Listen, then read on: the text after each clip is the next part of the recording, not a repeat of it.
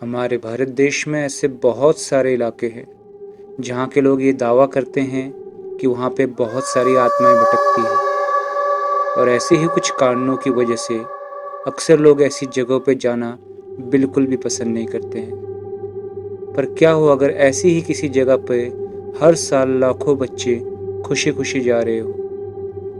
जी हाँ, आज की ये कहानी एक ऐसे ही कॉलेज की है जिसे एक हॉन्टेड कॉलेज के नाम से जाना जाता है, पर फिर भी हर साल कई बच्चे उस कॉलेज में एडमिशन लेते हैं। ये कहानी है पुणे के एक इंजीनियरिंग कॉलेज की, जो पुणे का एक बहुत ही ज़्यादा फेमस कॉलेज है। कहानी है 2022 की, जब कॉलेज की दिवाली वेकेशंस शुरू होने वाली थी। वेकेशन से पहले कॉलेज के आखिरी दिन उस कॉलेज में एक प्री दिवाली फंक्शन रखा होता है। सो बहुत सारे कॉलेज के स्टूडेंट्स उस शाम कॉलेज में पार्टी के लिए इकट्ठे हुए थे और खूब मस्ती कर रहे थे। कॉलेज के टीचर्स एंड स्टाफ मेंबर्स को भी उस पार्टी में खूब एंजॉय करने का पूरा मौका मिल गया था। लेकिन सेम कॉलेज में एक ऐसी जगह थी जहां एक अकेली औरत पूरे स्ट्रेस के साथ किसी काम में लगी हुई थी, और वो थी उस कॉलेज की प्रिंसिपल आरती मैम, जो कि कुछ अर्जेंट डॉक्यूमेंट्स के काम में लगी हुई थी। वो काम इतना ज़्यादा अर्जेंट था कि आरती मैम के पास थोड़ा भी टाइम नहीं था कि वो कॉलेज के गार्डन एरिया में जाके उस फंक्शन को अटेंड कर सके। कॉलेज का फंक्शन खत्म होने वाला था, इसलिए आरती मैम कोशिश कर रही थी कि अपने काम को वो जल्द से जल्द खत्म कर लें, ताकि वो भी टाइम पे अपने घर निकल सके।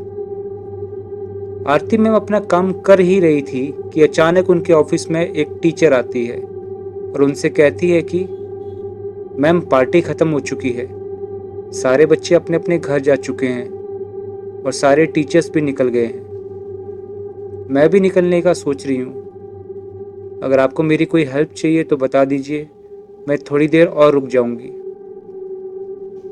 उस टीचर की बात सुनकर आरती मैम ने उन्हें कहा कि आपको रुकने की ज़रूरत नहीं है, आप घर चले जाओ।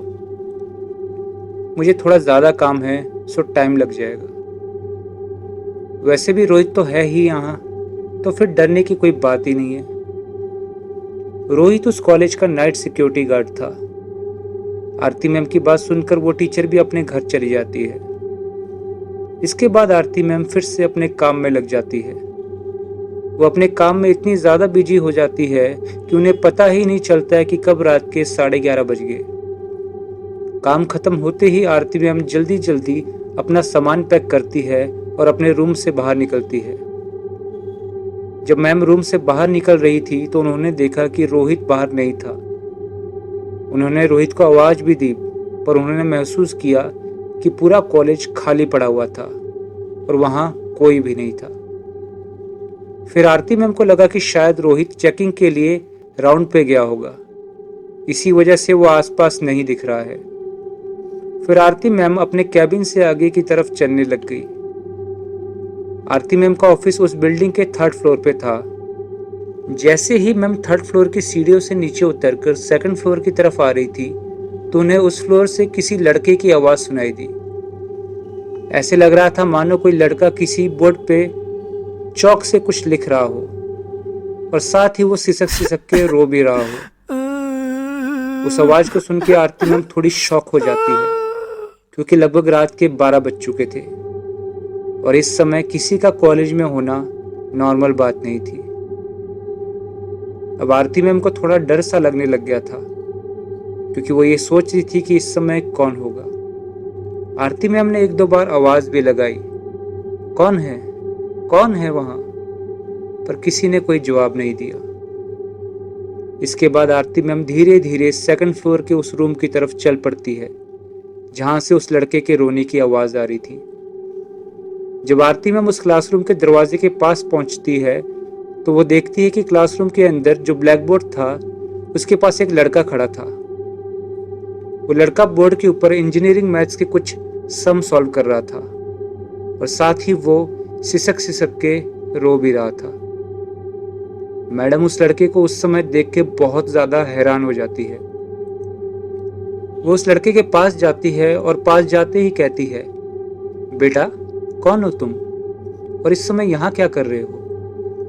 जैसे ही मैम ने ये कहा तो अचानक से उनके पीछे से आवाज आई, मैम आप यहाँ क्या कर रहे हो? अचानक से आरती मैम पीछे मुड़ती है तो उन्हें पीछे रोहित खड़ा दिखता है। इस पे आरती मैम कहती है कि अरे ये लड़का कौन है और इतनी रात यहाँ क्या कर रहा है? आरती मैम के पूछने पे रोहित मैम के पीछे देखता है और कहता है कि मैम कौन सा लड़का, यहाँ तो कोई भी नहीं है।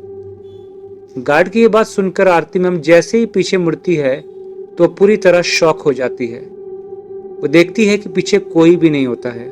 आरती मैम को अब समझ ही नहीं आ रहा था कि अभी तो वो लड़का यहीं पे खड़ा था, अब अचानक से कहाँ गया। फिर आरती मैम की नज़र बोर्ड पे गई तो उन्होंने देखा कि वो जो मैथमेटिक्स के सम वो लड़का सॉल्व कर रहा था वो अभी भी बोर्ड पे लिखे हुए थे। मैम को कुछ समझ ही नहीं आ रहा था। तभी अचानक से रोहित ने आरती मैम को कहा, अब बुरा ना मानो तो एक बात बोलूं मैम? रोहित की बात सुनकर आरती मैम ने कहा कि हाँ बोलो। इस पे रोहित ने कहा कि मैम सच कहूं तो मुझे भी रोज रात को ड्यूटी देते हुए इस क्लासरूम से किसी के जोर जोर से रोने की आवाज आती है। मुझे पता है कि ये टाइम सही नहीं है, इसलिए मैं कभी इस क्लास की तरफ नहीं आता, पर मुझे अच्छे से पता है कि हो ना हो यहाँ किसी भूत प्रेत का साया है। रोहित की ये बात सुनकर आरती मैम की आंखें खुली की खुली रह गई। उनको समझ ही नहीं आ रहा था कि वो रोहित की उस बात का क्या जवाब दे। फिर खुद को संभालते हुए आरती मैम कहती है कि तुमने मुझे पहले कभी ये बात बताई क्यों नहीं? इस पर रोहित बोला, मैम मुझे लगा कि आप लोग इतने पढ़े लिखे हो, मेरी बात पे विश्वास ही क्यों करोगे? फिर आरती मैम रोहित से पूछती है, तुम्हें कैसे पता कि ये किसी भूत प्रेत का चक्कर है? ये लड़का असल में है कौन? फिर रोहित ने कहा, मैम मैं एक गरीब आदमी हूँ और मेरे पास इस नौकरी के अलावा कुछ नहीं है। अगर मेरे पास थोड़ा भी पैसा होता ना तो मैं ये नौकरी कब की छोड़ देता, क्योंकि हर रात मुझे ये सब झेलना पड़ता है। हर रात मुझे ये लड़का जोर जोर से रोता हुआ दिखता है। ये कोई जिंदा इंसान नहीं है। एक वक्त था जब ये लड़का इसी कॉलेज में पढ़ता था, पर अब ये वो लड़का नहीं है पर उसका भूत है। रोहित की सारी बातें सुन के आरती मैम पूरी तरह दंग रह जाती है। उन्हें समझ ही नहीं आ रहा था कि ये सब क्या चल रहा है। उन्हें उस कॉलेज में लगभग 3-4 साल हो गए थे, पर आज तक उन्हें उस लड़के के बारे में कभी पता ही नहीं चला। फिर आरती मैम किसी तरह हिम्मत करके कॉलेज से निकल के अपने घर की तरफ चली जाती है। उसके बाद अगले दिन से उस कॉलेज की छुट्टियां पड़ जाती है। कॉलेज के बाकी सब लोगों के लिए तो वो छुट्टियों के दिन बहुत ही अच्छे थे, पर आरती मैम के लिए उन छुट्टियों में एक एक पल काटना मुश्किल हो रहा था। कुछ दिनों बाद जब कॉलेज दोबारा से खुलते हैं तो आरती मैम पहले ही दिन अपने सारे टीचर्स की एक छोटी सी मीटिंग बुलाती है। सारे टीचर्स के आ जाने के बाद आरती मैम उन सभी के साथ उस रात की सारी घटना शेयर करती है। आरती मैम की बात सुनकर सारे टीचर्स थोड़े हैरान से हो जाते हैं। फिर आरती मैम ने सभी से पूछा कि क्या किसी को उस लड़के के बारे में कुछ भी पता है? इस पर उन सभी टीचर्स में से एक टीचर अपनी सीट से उठता है और वो आरती मैम को कहता है कि वो लड़का शुभम है। शुभम? कौन शुभम? आरती मैम के इस सवाल को सुनते ही वो टीचर बोलते हैं, शुभम इसी कॉलेज में 2008 में पढ़ता था। शुभम उम्र में बाकी बच्चों से बड़ा था, पर उसे डिसलेक्सिया की प्रॉब्लम थी।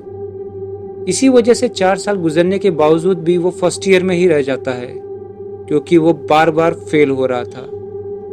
जब चौथी बार शुभम फेल हुआ तो वो देखता है कि जो बच्चे 4 साल पहले उसके साथ उसकी क्लास में थे वो अब उस कॉलेज से पास आउट होकर जा रहे थे।